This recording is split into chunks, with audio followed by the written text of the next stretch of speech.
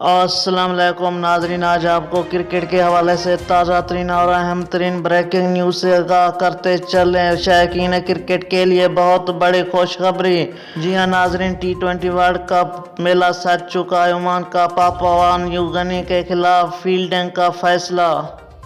मजीद अज़ां world cup T20 cup के पहले match में ओमान ने पापुआ न्यू गिनी के खिलाफ टॉस जीतकर फील्डिंग का फैसला किया है, जबकि ICC T20 वर्ल्ड कप का मेला आज से सज गया है और आज के दूसरे मैच में बांग्लादेश और स्कॉटलैंड मध्य मुकाबले होंगे। ICC T20 वर्ल्ड कप में पाकिस्तान की टीम पहला मैच 24 अक्टूबर को भारत से खेलेगी।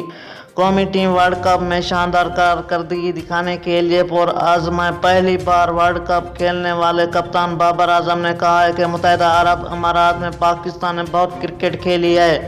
जी हाँ नाज़रीन, इस तरह से ताज़ा तरीन और लम्हा बलम्हा खबरों से आगाह रहने के लिए इस चैनल को सब्सक्राइब ज़रूर कर दें और साथ ही दिए गए बेल आइकन को भी प्रेस कर दें ताकि हर नई आने वाली वीडियोज़ की अपडेट आप तक पहुँचती रहें।